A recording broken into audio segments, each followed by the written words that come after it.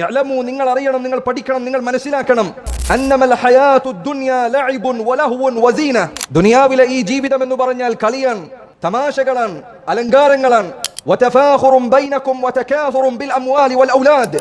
നിങ്ങൾക്കിടയിൽ പരസ്പരം അഹങ്കാരം നടിക്കുന്നതിനു വേണ്ടിയുള്ള മത്സരങ്ങളാണ്. വതകാസുറുൻ ബിൽ അംവാലി വൽ ഔലാദ്. സമ്പത്ത് കൊണ്ടും സന്താനങ്ങൾ കൊണ്ടും പരസ്പരം പെരുമ നടിക്കാനുള്ള വേദി മാത്രമാണ്. അള്ളാഹു അതിനൊരു ഉപമ പറഞ്ഞു, കമസലി ഗൈസിൻ. അതിന്റെ ഉപമ, ദുനിയാവിന്റെ ഉപമ എന്ന് പറഞ്ഞാൽ ആകാശത്ത് നിന്ന് പെയ്തൊഴിഞ്ഞ ഒരു മഴ പോലെയാണ്. അഅജബൽ കുഫാറ നബാതുഹു. ആ മഴയിങ്ങു പെയ്തപ്പോൾ അതാ ഭൂമിയിൽ നിന്ന് ധാന്യങ്ങൾ മുളച്ചു പൊന്തുന്നു. അതിന്റെ പച്ചപ്പ് ഇങ്ങനെ പുറത്തേക്ക് പ്രകടമായി കാണുന്നു. കർഷകർ അത് നോക്കി സന്തോഷിക്കുന്നു. അവരുടെ കണ്ണുകൾക്ക് അതിന് ആനന്ദം നൽകുന്നു.